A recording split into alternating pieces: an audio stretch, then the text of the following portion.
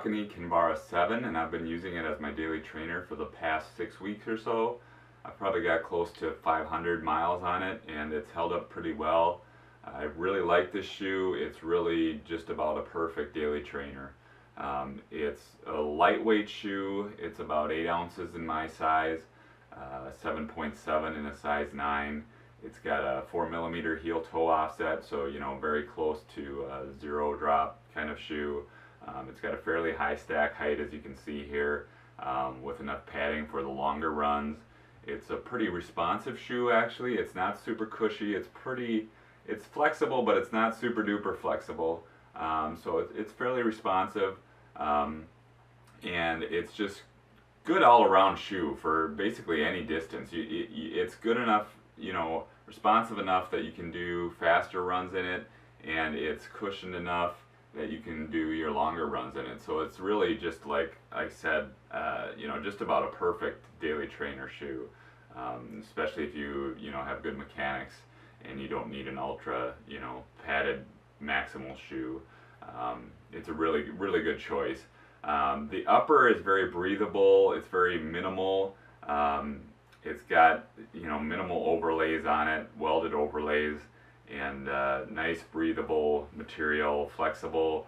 It's got this nice padding around the heel, so you get a little bit more comfort there around your Achilles, and it's strong enough that it doesn't bunch down or anything like that, that I've had with some other shoes that are kind of similar. Another thing about the upper that I really like is this is about the first shoe that just does not come untied on me. Almost every single pair of shoes I always end up double knotting because they just inevitably will come untied on me. So that's one thing. I don't know what it is about the physics of the shoe, but for some reason the shoelaces just don't seem to come untied, and I don't, to feel them, I don't really feel that they're any different than other shoes, but there must just be something about the physics of the shoe that they seem like they really stay tied. So that's one minor detail that I really like. The tongue is pretty well padded, maybe a little less breathable in the tongue area because of that padding. It's a thicker tongue, but again, that makes it nice and comfortable. And I guess the biggest thing overall about this shoe that I noticed is the wideness of the forefoot. It really reminds me of an Altra shoe. I like to run in Altras a lot. I really love their foot shape, and this is the closest thing I've run into an Altra forefoot. So if you're looking for a wider forefoot, this is definitely a shoe to try out.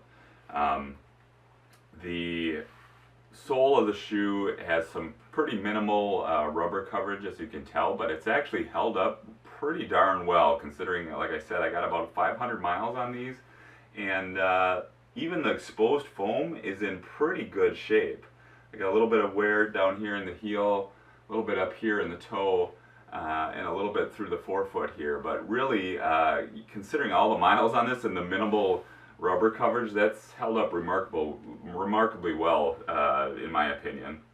And the upper has also held up well. There's basically very little wear and tear. There's a little bit right here that I can see that they're starting to break down a little bit there. But again, this has already got very, very high mileage on them.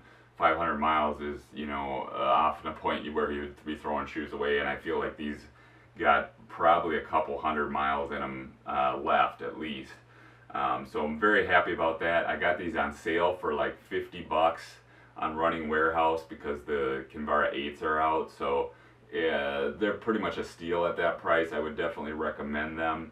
Trying to think if there's anything else really to say. I mean, you can even use these as a racer. I actually saw someone with these exact same shoes, same color and everything, yesterday at my half marathon. Someone wore them for the race, so they're light enough that you could wear them for racing shoes, and they're comfortable enough that you can run real long. You could easily run a marathon in these, or even longer than that.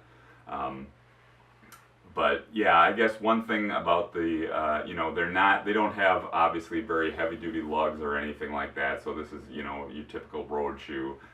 You can maybe run on some, really nice trails, but probably nothing that you need very much traction for, Likewise, I haven't really run in, you know, gnarly, real rainy weather or real, you know, snowy weather or anything like that. I doubt they're going to do real well in that, but that's not what they're made for. So just pointing that out, I guess. But I think that's about all I have to say. This is definitely a really good shoe. I will hope to try out the 8s, see if they're better or worse. I haven't run in previous versions of this, so I can't really tell you how they're different than previous versions, but I'm definitely impressed with this, and we'll look forward to trying out the new version in the future. So thanks for watching.